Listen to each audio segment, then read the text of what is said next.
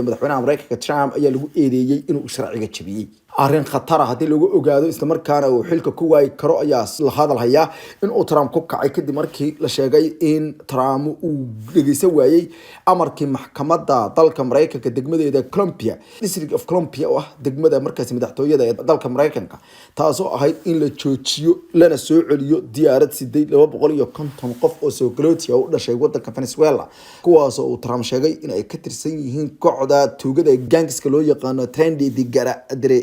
di Aragua kuwaasoo El Salvador wadanka la yiraahdo loo diray sayashe wararka ayaa sheegaya in aqalka cad hadeerta ay mixnad ay haysato kadib markii uu garsooraha maxkamaddu uu ku daray in diyaaradda oo hawada ku jirtay dib loo soo celiyo laakiin se aqalka cad dalka Mareykanka ayaa beeniyay in ay jabiyeen go'aanka maxkamadda iyo qaraarka uu soo saaray judge-ka la yiraahdo James Bosbrick malse diyaaraddu markaasi ay ku jirtay fadhiisiga dalka El Salvador ay fadhiisanaysay isla markaana diyaaraddu ay runway-ga markaasi cagaha inay dhigato daqiiqado ama sakama ay ka harsanaayeen si daraadeed sabab lagu soo celiyo aysan jirin oo mid la soo celi karayay aysan jirin sida uu sheegay markaasi garsooraha maxkamadda degmada Columbia District wuxuu amray in madaxweynaha Trump uu gabiyaaba joojiyo isticmaalka waxa loo yaqaan Alien Enemy Act kaasoo ahaa amar gabi ahaanba la adeegsado tan iyo qarnigii 18aad oo madaxweynaha talada haya dalka Mareykanka uu ogolaanaysa marka dalka canaasiir shaya ay soo galaan ama kusoo duulaan in loo adeegsado talaabo militariina xoog lagaga saaro waxaana arrintan qir ayana u eegta xogay arrimaha dibadda dalka Mareykanka ninka loo yaqaan Marco Rubio ayaa isaguna dhanka kale waxa uu difaacay markii labaad qabashada la qabtay Maxamuud Khaliil wuxuuna ku tilmaamay in Maxamuud Khaliil markii uu reysay ay ahayd in uusan helin ayuu fiise uu ku yimaado dalkan Mareykanka wuxuuna sheegay in taasi ay khalad tahay isagoo hadlayay Mr. Rubio wuxuu sheegay in gabiyaanba ay ahayd marka qofka uu fiisaha dalbanayo haduu noo sheegi lahaa inuu Xamaas yahay in gabi ahaanba aan siinin ama uu baro Xamaas yahay ayuu si kastaba noqotee ilaa hadeerto aqalka cad ee Mareykanka xogay arrimaha dibadda waxda amniga gudaha ee dalka Mareykanka ayaa ku guuldareystay inay cadeeyaan inuu ninkan Xamaas taageersanaa ururka loo yaqaan American Arab Anti-Discrimination Committee ADC ayaa iyaguna waxa ay markaasi dacwad ka xareeyeen maxkamadaha iyagoo haatan dawladda Mareykanka ku maxkamadeynaya in ay geysatay xadgudub dhinaca dastuurka ah iyo arrimo aad iyo aad u waaweyn tarbeelka wararka caalaa dhinaca diblomaasiyadda washana qiimo badan wali farqamo qodna wararka dhinaca diblomaasiyadda dunida iyo waliba cali ugu dambeeyay dalka Mareykankana waxa ka imaanaya warar tirapeela oo ku aadan in gobollo fara badan oo dalka Mareykanka ay dhibaatooyin ka jiraan dabaytooyinkan oo ah kuwa markaasi la sheegay inay ka dhasheen duufaano iyo dabaylo wata ciidanka militariga ee gobolka Arkansas ayaa loo yeeray kadib markii madaxweyne Trump uu goorsi wareysay uu amar ku bixiyay in goboladaasi ay militarigu ka howlgalaan gobolka Arkansas ayaa la sheegay in dhibaatooyin aad xoogan ay dabayshu ku kasabtay iyadoo la sheegay in kumanaan kun oo qof ay barakaceen militariga ayaa la sheegay in goorsi wareysay ay caawinayaan dadka iyadoo dabayshu ay garaacayso ilaa iyo 36 qof ayaa dhimashadu ay maraysaa kuwaas oo hadeerta la sheegay in Trump ay yihiin goorsi horeysay ayaa la sheegay in ay haweeneyda dalka Mareykanka oo ah First Lady Melania Trump ay sheegtay in ay dadku isugu yimaadaan duco loo qabanayo dalka Mareykanka kadib waxa ugu yeedhay masiibooyinkan aan dhamaanaynin iyadoo sheegtay sidoo kale in ducooyinkan ay ka soo qayb galayaan culimada kala duwan ee dalka jooga wararkii ugu dambeeyay ayaa sheegay in degmada Diaz ee gobolka Arkansas ay goorti horeysay ay kamid ahayd meelaha dabayshu sida aad ku xoogan ay u halakaysay dabayl gaaraysa halkii saacna jaraysa 190 bermail ayaa la sheegay inay ku dhufatay qaybo badan oo kamid ah gobolkaasi gudoomiyaha gobolka Arkansas ee governor-ka loo yaqaan Sarah Huckabee Sanders ayaa korsooriyay waxay ku dhawaaqday in gobolka ay ka jirto masiibo aad u xoogan halka sidoo kalena la sheegay in gobolka Florida iyadana ay garaacayso dabaysha deegaanka Tampa Bay ayaa kamid ah goobihii ugu dambeeyay ee wararku ay xaqiijinayaan in si aad u xoogan ay dabaysha u burburisay guryo agabyo kala duwan magaalooyinka ay kamid tahay Harrisburg, Pinellas, Basco, Hernando iyo Citrus ayaa wararku ay sheegayaan in dhamaantood ay noqdeen dhulka xeebaha ah ee isku bedelay dhul burburay isla markaana jabay korontada ayaana la sheegay in qaybo kamid ah dalka ay ka goday ilaa 300,000 oo qof ayaa la aaminsan yahay in gobolada qaarkood ay bilaa koronto ay yihiin dadkaas oo lagu tilmaamay inay ku ugu badnaa yihiin halka sidoo kale la sheegay in gobolada qaarkood hadeerto ay xaaladdu ku soo xumaa karayso gobolada Pennsylvania iyo Florida ayaa kamid ah gobolada kale wadnaha farta looga hayo ilaa iyo 150,000 oo goobood oo markaasi ganacsi ayaa burburay siyaasiyiinta Israa'iil ayaa si aad u xoogan uga carooday kadib markii ra'iisul wasaaraha Israa'iil Netanyahu uu ku dhawaaqay inuu doonayo inuu xilka ka cayriyo ama uu ka eriyo ninka u sareeya hay'adda amniga gudaha ee dalka Israa'iil ee loo yaqaan Shin Bet arrintan ayaa waxaa lagu tilmaamay in ay tahay mid kale iyo taktikooyin kale oo uu Netanyahu ku dheereysanayo xukunka isla markaana uu ku daahinayo wada hadalada taasoo dirbaba siyaasiyiinta qaarkood ee reer Israa'iil ay safaf dhaadheer u soo galeen qaar ka mid ah siyaasiyiinta ayaa ku tilmaamay in ay ka soo horjeedaan inay tani tahay khatar aad u xooggan Netanyahu wuxuu sheegay in Ronnie Parr sababta uu jagada uga caydinayo gaar ahaan waaxda dhinaca warwareynta gudaha ee Shinbet loo yaqaano ay tahay kadib markii ay luntay ayuu yiri kalsoonidii noo dhaxaysay ama labadayada u dhaxaysay balse laakiinse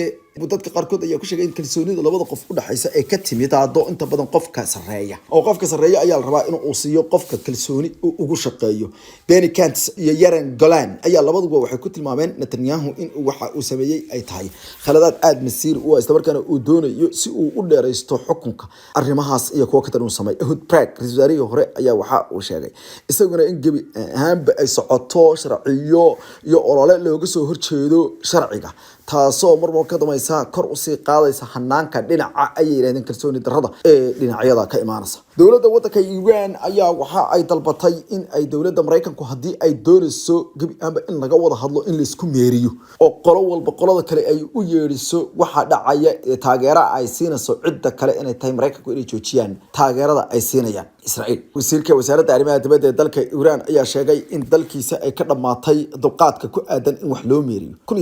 1979 ayay dhamaatay inaad waddanka iyaga aad u meerisan ama aad ugu yeerisan waxa ay sameeyaan si adraadeedna waxa uu sheegay in xilligii Shaahi ninkii loo jeeday Sheekh Mohammed Bahlafi Shaahi Iran oo wala jeedo inuu ahaa nin daba dhiirfa oo Mareykanka u shaqeeya ay idlaatay ayuu yiri dawladda Shiicada iyo inay wada shaqeeyaan ayuu dalka reer galbeedku tan iyo 1979 waxa qabsaday hogaamiyaal ayuu yiri xornimo doon oo wadaada kuwaas oo waddanka ka gooyay ayuu yiri gabi ahaanba in farta wax loogu yeeriyo wuxuu sheegay in hadii ay dawladda Mareykanku doonayso in la isku meeriyo qolo walba waxa aysan rabin ay ka hadlayso waxa uu ka dalbadana ayuu yiri inay joojiyaan dhammaan hubka saanada iyo taageerada dhaqaale tan siyaasadeed iyo tan warwareyneed ee ay siiyaan buudi waddanka Israa'iil sadraadeedna ama nidaamka Israa'iil ayuu yiri waddanka Israa'iil ma isticmaalaan sadraadeedna wuxuu la joojiyo dhinaca kalena wadamada Cumaan ee wasiiradooda arrimaha dibadda iyo waddankaasi Iran ayaa shir ay degdeg ay isugu yimaadeen kaasoo ka dhacay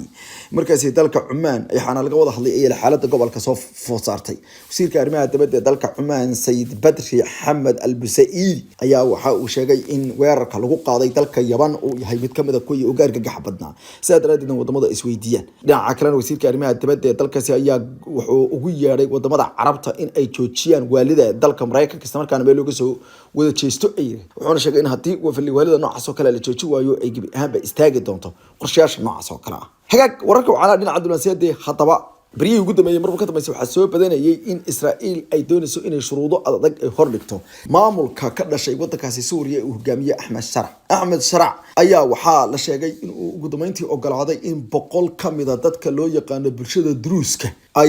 قاستان أما كتجان كأم بحان تلك سوريا استمر كان يجو وفد أي جيران إسرائيل tan ayaa lagu tilmaamay inay tahay khatar aad iyo aad u xoogan oo jiritaanka wadankaas sanadkii 1973 ayaa ugu dambeysay in kooxda Druusku ay halkaasi tagaan kadib markii uu talada qabsaday ninkii loo jiray Bashar al-Assad aabihi ayuu joojiyay wada shaqayntii ka dhaxaysay dadka Druuska loo yaqaano iyo Israa'iiliyiinta boqol kamid ah xubnaha Druuska oo ayagu sheega in ay yihiin kuwa la dureeyay ayaa si aad xoogan loogu soo dhaweeyay Israa'iil kadib markii ay pooqdeen taasoo lagu tilmaamay in ay tahay talaabadii ugu ballaadhneed ee indhaweyta dhacda laba garanayo sababta ay u ogolaatay xukuumadda Ahmed Sharc in ay dadkan ay u sii deyso iyo wufuudan kuwaas oo khatar ku noqon kara ayaa leeyahay isku socodkan ayaa noqonaya midkii ugu ballaadhnaa wakaalada wararka ee publica u waranta ee Israa'iil kan ayaa sheegtay waftiga inuu hogaaminayay Sheikh Tawfiq Tarif kaasoo ahaa markaas hogaamiyaha diinta ee ugu sarreeya kooxda loo yaqaan Druuska haddaba kooxdan Druuska ayaa la sheegay in barigii ugu dambeeyay oo dhan ay doonayeen in ay ka dhax sameeyaan hanaan aad iyo aad u xoogan oo markaas iyaga u gaara kooxdan Druusku waa koox markaas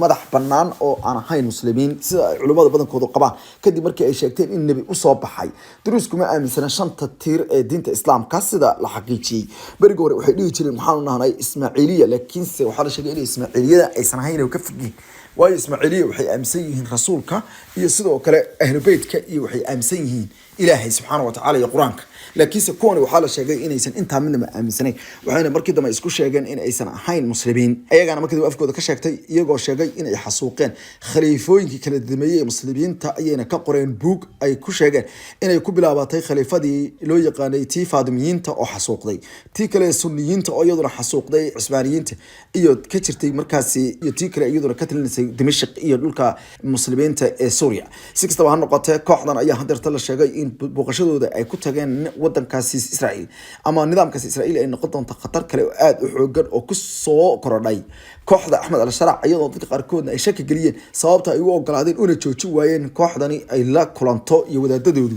Israa'iil oo laga baqayo inay hub iyo saanad soo siiso isla markaana wadanka ay marka dhinacooda ay ka kharbadaan dalka boqortooyada Saudi Arabia ayaa ku dhawaaqay barnaamij ka hortag ah oo ballaaran oo lagu baacsanayo dadka akhlaaqiyaadka xunxun ka sameeya ayaa la yiri baraha bulshada ayuu bariyo ugu dambeeyay cadaadis aad u xoogan oo saarnaa Maxamed bin Salman oo ah inuu ka hortago akhlaaqda si xumaanaysa wadanka ayaa ugu dambeyntii olole aad u xoogan ay bilaabeen laanta ka hortagga xumaanta iyo fulinta wanaaga ee booliska konton qof ayaa la sheegay in laga soo qabqabtay guud ahaan wadanka kuwaas oo baraha bulshada ka fulinayay ama ka faafinayay faaxishooyin aad iyo aad fool waxaana la sheegay in ay 11 ay dumar yihiin halka la sheegay in ay 39 kalena ay rag yihiin waxda dhinaca loo yaqaano ayagoo adeegsanaya sharciga ka hortagga akhlaaqiyaadka in lagu xadgudbo iyo akhlaaqiyaadka dadku ay ka xumaato ee waaxda arrimaha gudaha ee wasaaradda dalkaasi ayaa sheegtay inay talaabooyinkan ay ku qaadeen magaalooyin kala duwan oo ay ku jirto magaalada Jeddah kuwaas oo kamid ah in dadku ay doonayeen qaarkood in ay ku tacadiyaan diinta islaamka iyo xilligan akhlaaqiyaadka ee aad iyo aad u xoogan ee Sacuudiga looga dayranayo dowladda boqortooyada Saudi Arabia ayaa soo saartay mar kale awaamir lagu adkeeyo inaysan dadku sameyn karinin wax diinta islaamka ka dhan dowladda Sacuudiga ayaa dhawaan lagu eedeeyay barnaamij lagu qabtay magaalada Riyadh ee xarunta dalka Saudi Arabia inay ku lug yeesheen dad markaasi wax dhaxmarsaday amba u tuubaraacay hase yeeshee boqortooyada Saudi ayaa diiday inay arrintaasi tahay haba yaraatee mid markaasi ay u dulqaadan karto iyagoo ku sheegay in arrintaasi haba yaraatee aysan ahayn mid loo dulqaadan karo dowladda Sacuudiguna ma ogolaanin sinaba ayaa lagu yiri dhowr warbixinood oo soo baxa arrimaha akhlaaqiyaadka asaasiga ee islaamka ka dhanka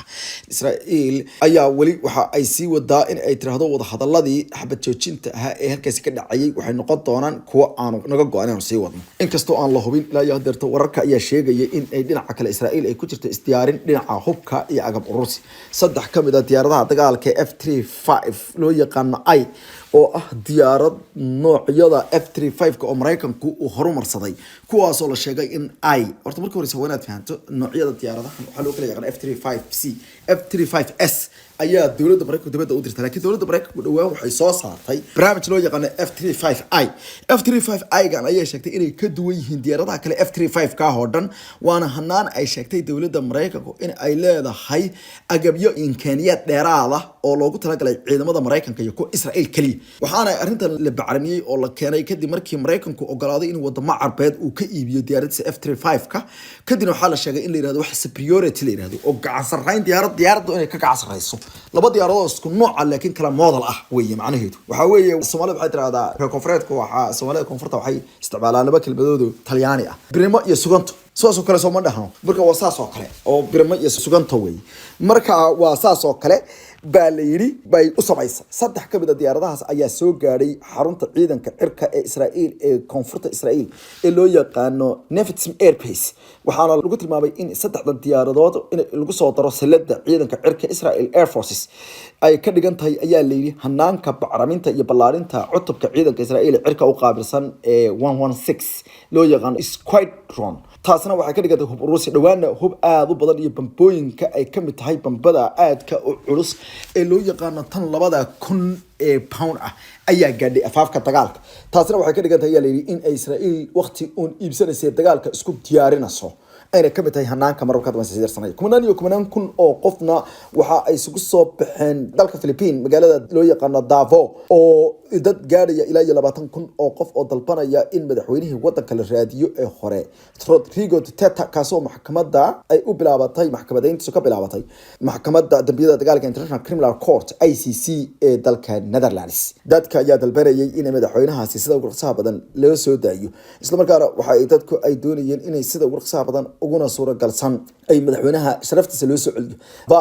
waa magaalo kamid magaalooyinka sida weyn looga taageero waxaana wargeyska loo yaqaano rapper.com ee isagoo ku hadla luqadda ingiriisiga uu ku tilmaamay in ay tani tahay banaanbixii ugu weynaa ee durbaba lagu taageerayay madaxweynaha ayaa dad badan ay codad u qaadeen kadib markii uu isticmaalay ololihii ilka toogashada ama ilka aragti in qofka lagu toogto dadkii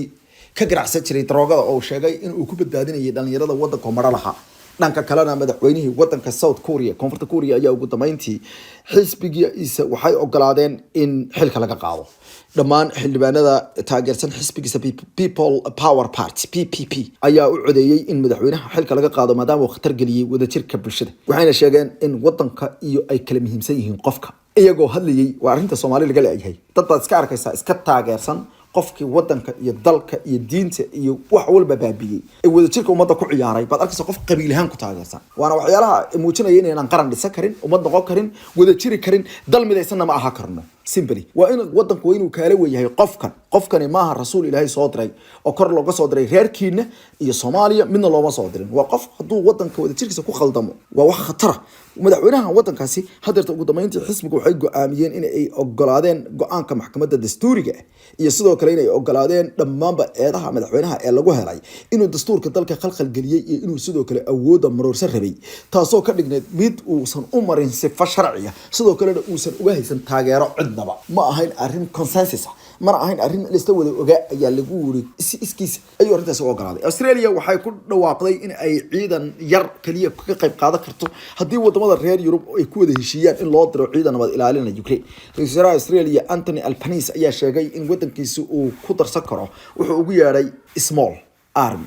ama small troops ayuu ciidamo yar ayuu in yar isagoo ka hadlayay wakaalada gudaha ee wadankiisa SBS ayuu wuxuu sheegay in Albanese ay sii wadi doonaan arrintaas kadib markii uu marada tuuray ra'iisul wasaaraha dalka Britain Keir Starmer oo isagu doonayay in uu hoggaanka wadamada qarbiga uu qabsado kadib markii madaxweynaha dalka Mareykanka Trump uu kala tuuray intii badneed hanaankii wadamadaasi dhanka kale madaxweynaha dalka Mareykanka Trump ayaa sheegay in toddobaadka dambe ay haddana wada hadal kala yeelan doonaan isaga iyo madaxweynaha dalka Russia Vladimir Putin Trump ayaa sheegay in wada hadalladu ay noqon doonaan kuwo diiradda lagu saaro xabad joojinta 30 maalmood in la isla waafaqo iyo in la isla meel dhigo Trump wuxuu intaas ku daray in hanaankani uu yahay mid uu doonayo in wax kaga qabto wuxuu ugu yeeray xabad joojinta arrimaha noocaas oo kala iyo sidoo kale yareynta ayuu yiri in ay wada hadalladu ay falkamaan oo markaasi ay xumaadaan wuxuuna sheegay in arrintaasi ay ka go'an tahay inuu dalkiisu uu ku soo dabaalo xabad joojin wadanka Ukraine iyo inuu sidoo kale madaxweynuhu wixii uu ballan qaaday ee ahaa nabad ayaan ka dhalanayaa dhulkaas inaan keeno ayuu yiri taasoo aan cidina ilaahay hadeerto aan cidina ka aaminin cidina ka asmicin ilaa hadeertana aan loo arkin inay run tahay madaxweynaha wadanka Jamhuuriyadda Dimuqraadiga ee Congo ayaa ugu dambeyntii ogolaaday in wada hadallada xabad joojinta iyo sidoo kale wada hadallada nabadda ee wadankiisa uu la yeelanayo jabhadda M23 iyo wadanka Rwanda uu ka qayb galo kadib markii lagu keenay laguna biyo keenay ana u eegtay wadankaasi shidaalka iyo wadankaasi khayraadka diamondka iyo dahabka qaniga ku ah in uu qiiqin Jamhuuriyadda Dimuqraadiga ee Congo waxa ay wadanka Angola u diraysaa ergadeeda maalinta saalisada ee bari ah sidaas ayaa uu ku dhawaaqay afayeenka oo hadlay halkaas oo ay isugu imaan doonaan ergooyin kala metelaya M23 iyo Congo iyo sidoo kale wadanka garabka aadka u xooggan la leh M23 ayaa la sheegay in ay ama ku adkeysanayso in awoodda la qaybsado iyo sidoo kale dadkooda loo yaqaan Tutsiga wax laga siiyo halkaasi Felix Tshisekedi ayaa goortii wareysay waxa uu sheegay inuu gabi ahaanba uu doonayo inuu cadeeyo in wadankaasi dhibaatooyin aad xooggan ku jiraan afayeenka u hadlay hadaba dawladda madaxtooyada oo leeyahay Tina Salama ayaa sheegay in ay wada qadarta la marayo ayuu yiri wajiga koobaad ee ergadii arinta sidaadaradeedna waxa ka soo naasacadaad doona iyo in halkaasi ay xabad joojin ka dhici doonto mid maalinka saynay M23 ayaa goortii horeysay waxa ay isku balaarisay dhul aad xooggan afayeen u hadlay M23 oo leeyahay Lawrence Kanyuka ya dhinaca kale wuxuu ku soo qoray barta X isagoo oo leh gabi ahaanba wada hadalladu waxay noqon doonaan kuwa markaasi bilowda laakiin se ma uusan cadeenin qaabka M23 ayaa dhinaca kale waxay dalbanaysaa in wada hadalladu ay noqdaan kuwo gabi ahaanba la doonayo in ay ka mid noqdaan in marka u horeysa madaxweynaha wadankaasi hadii la doonayo in ay meel mar noqdaan uu cadeeyo in uu yiraahdo anagu waxaanu doonaynaa in aan wada hadallada ka run sheegno ayay shuruudahooda kamid ah M23 yani madaxweynuhu intuu warbaahinta yimaado inuu dhaho wada hadalladaasi daacad ayaanu ka nahanay ay yiraahdeen shuruudahooda ayaa kamid ahaa goortii horeysay wada hadalladu inay ku bilowdaan kooxdu waxay sheegtay inay sii wadi doonto dhaqdhaqaaqeeda ay ku riixayso dawladda isla markaana ku eriyayso Pope Francis ee sakaraadka ahaa barigii ugu dambeeyay kaniisadan hogaamiyaha ugu weyn baa la yiraahdaa arrimo diimeed urur dhan haysta ama dad qoomiyad dhan oo diin aaminsan ama wada hogaamiye ay ku daba tukadaan yani ayaa la yiraahdaa Pope Francis ayaa la sheegay in markii ugu horeysay cusbitaalka isagoo ku jira laga soo qaaday sawir isagoo sara fadhiya ayaa la arkayay 88 jirka Francis waxaana la sheegay in dawooyinka lagu sii wado wali dawada gaar ahaan tan markaasi infectionka feeraha ku dhacay pneumonia ayuu la daala dhacaya isagoo ku jira cusbitaalka Gemelli hospital ee magaalada Rome tan iyo bishii February 14 ayaa la sheegay in uu halkaas yaalay waa markii koobaad la arko isagoo sara fadhiya kadib markii laga yacyacay dhawaana la sheegay in xaaladdu ay u jahaysatay xaqi loo badnaa laakiin ugu dambeyn waxay sheegeen in xaalad soo dirtay ka soo raysanayso oo uu bilaabay inuu soo sara fadhiisto waa sida warka loo dhigay dhinaca kalena wadaadka ugu sareeya jaamacadda Al-Azhar ee dalkaasi Masar ayaa ka hadlay dhibaatooyinka muslimiinta ku soo badanaya ee la ceyrsanayo wadaadka markaasi ugu sareeya jaamacadda Al-Azhar ee dalka Masar ayaa markii ugu horeysay wuxuu ka hadlay khudbad la sii duubay oo ugu talagalay ama uga hadlay maalintii dowladda baldegayay maalinta la dagaalanka islaam nacaybka Dr. Sheikh Ahmed Atayib waxa uu sheegay in ay caddahay isagoo golaha guud ee qaramada midoobay khudbadaas uu loogu talagalay u jeedinayay in ay dhibaatooyin aad u xooggan ay jirto ayuu yiri oo ay kamid ka tahay ayuu yiri in muslimiinta si gaar ah loo eriyanayo isla markaana loo ceyrsanayo iyo in sidoo kale lagu hayo dhibaatooyin trapeela oo ay kamid ka tahay bacsiga iyo sidoo kale ayuu yiri arkiwaaga lagu sameynayo iyaga dhanka kalena iyadoo arrimahaasi ay jiraan isla markaana marba ka dambaysa ay sii darsanayaan xaaladaha kale ee dowladda dalka Iran ayaa digniin kama dambaysa ka soo saartay waxay ugu yeedhay qabanqaabo dalkeeda ka dhana oo dagaal oo aad iyo aad u fool taliyaha ciidanka qalabka sida wadanka Iran ayaa digniin soo saaray isla markaana waxa uu sheegay in dalkiisu uusan ka maarmaynin in uu dagaal loo diyaariyo ciidanka oo dhan wuxuu sheegay in dowladda dalkiisu aysan bilaabi doonin dagaalka laakiinse ay noqon doonto mid ay uga jawaabto sida ugu adag uguna xun iyadoo ka hadlaysay waxa ugu yeedhay markaasi hadallo adag oo ka imaanaya dowladda dalkaasi Mareykanka kadib dagaalada aadka u baanaa iyo weerarada ka soconaya wadankaasi Yemen ayuu sheegay taliyaha ciidanka qalabka sida General Hussein Salami in wadankiisa hadeerto uu ku qasban yahay in uu dagaal diyaariyo si nabadda loo ogolaado hadaysan dagaal jirin oo qofku uusan diyaar u ahayn awood aad u adagna aysan jiri karin nabad ayuu ka digay Hussein Salami isagoo tafaasiil dheeraad ah bixinayay isla markaana ku celcelinayay hanaanka dhinaca dagaal diidmada ay dagaal doonka buur iyo erayada kale ka soo baxaya Iran waxay u aragtaa waxaan oo dhan boor isku qarin ayuu sidoo kale waxay u aragtaa degdeg iyada lagu sameeyo oo lagu soo daantaansanayo wuxuuna sheegay in ay goortii horeysay ay dalbadeen dhammaan in la diyaariyo istaraatiijiyad ay ku jirto mid kamid ah saraakiisha ayaa waxay sheegeen in wadanka Yemen gudihiisa ay ka jirto diyaar garow aad u xoogan oo ay sameynayaan saraakiisha sarsare ee wadanka Iran kala taliya kooxda taasoo lagu tilmaamay in saacadii ugu dambeeyay ay isku diyaarinayaan dagaalka hadii uu daba dheeraado iyo hadii Mareykanku uu go'aansado in ciidamada dalaayadaha ku boodo oo ku daadiyo wadanka Yemen iyadoo qarka loo saaran yahay dagaaladu inay noqon karaan marba ka dambaysa kuwa sii fool xumaada wararka ugu dambeeya ayaa sheegaya xaaladdu ay sii darsanayso isla markaana marba ka dambaysa ay cirka isku sii shareerayso Mareykanka ayaa ilaahay hadeerta la sheegay in uusan dalalka reer galbeedka oo dhan uusan xogta 100% la wadaagin inkastoo dowladda Ingiriiska warka tabakatuura ay sheegtay inay qayb ka ahayd qorshaha haddana wararku waxay yeegeen inay sii darsanayaan dhanka kalena wada hadallada xabad joojinta ayaa la sheegay arrintan inay ka dhan tahay dowladda Iran waxay dalbanaysaa in ciidankeeda badda iyo ciidankeeda kale gobolada oo dhan heegan la geliyo waxaa la sheegay saacadii ugu dambeeyay wadaadadu ay isla afkarteen in cidda kaliya lagu soo qorinayo inay iyaga tahay sidaa daraadeedna ay ku khasban yihiin inay qaadaan tallaabo kasta oo ay ku doonayaan in si aad u xoogan ay ugu diyaar garoobaan colaad aad u ballaaran ilaa iyo hadeerto madaxweynaha Mareykanka waa afkiisa ayaa laga hayaa in uu yiri talaabo military ayaan ku xalin doonaa qadiyada Iran hadii ay diidaan in lagu xaliyo talaabo wada hadal iyo negotiation ayay yiraahdeen dhinaca kalena Israa'iil iyo Hamas ayaa wararku ay xaqiijinayaan in xaaladoodu meel aad iyo aad u xun ay maraso marka laga hadlayo dhinaca wada hadalada mas'uuliyiin ka kala socda dalalka Qatar Masar iyo Mareykanka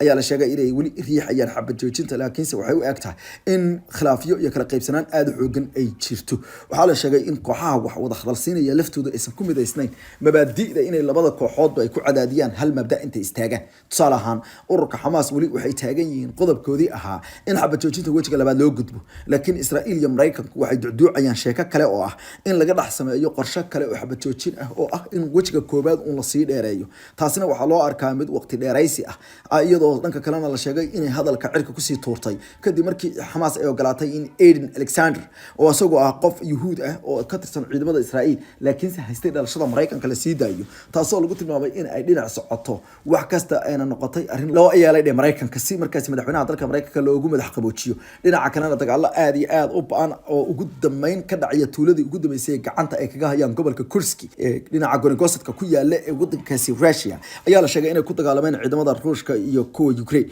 ciidamada dalkaasi Russia ayaa la sheegay in ciidamo go'doonsan ay weerar ku qaadeen waxaana lagu tilmaamay in deegaankaasi uu yahay meeshii ugu dambeysay ee weerar lagu qaado wararka ayaa xaqiijinaya in dagaaladii ugu baanaa ay aagaasi ka dhacayaan meel gabi ahaanba isku jirta 1368 square kilometer taasoo lagu tilmaamay in saacadii ugu dambeysay aad xoogan la isugu dilay wararka waxay xaqiijinayaan in tuuladaasi lagu dagaalamay ee ciidamada wadanka Russia ay hareereeyeen tan ayaa imaanaysa iyadoo Mareykanku wali uu leeyahay waxaan riixaynaa xabad joojinta iyo qadiyada ku aadan oo ay ka mid ka tahay in aan soo gabagabeeyno ayuu madaxweynaha dalka Mareykanka iyo dhigiisa dalka Turkiga ayaa iyaguna khadka telefoonka ku wada hadlay Rajab Tayyip Erdogan ayaa go'aansaday inuu khadka telefoonka kula xiriiro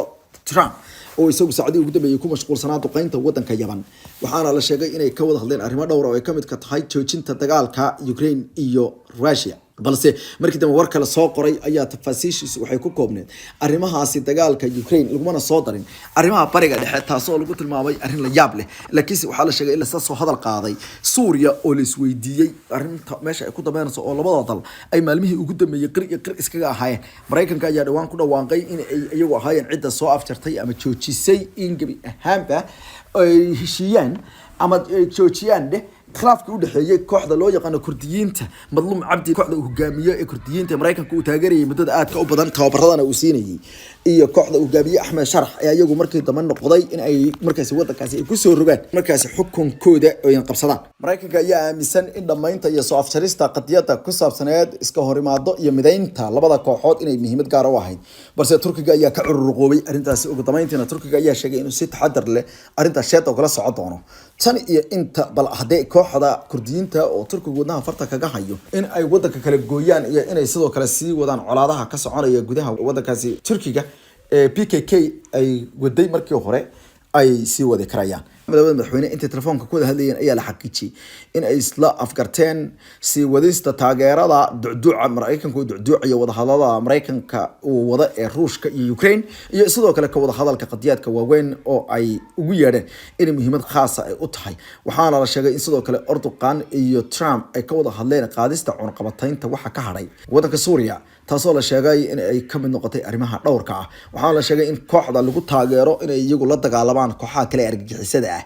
ee ay ka mid ka tahay ISIS daradeedna iyaga kaliya ay yihiin cidda maanta waxaa la yiri arrintaasi sutida u qaban karta ayna tahay markaasi lafa marooda iyaga la isku jabiyaa maadaama iyagu is yaqaanaan la iskaga horkeeno faafinta wararka xaqina keenista wararka xaqanada amanal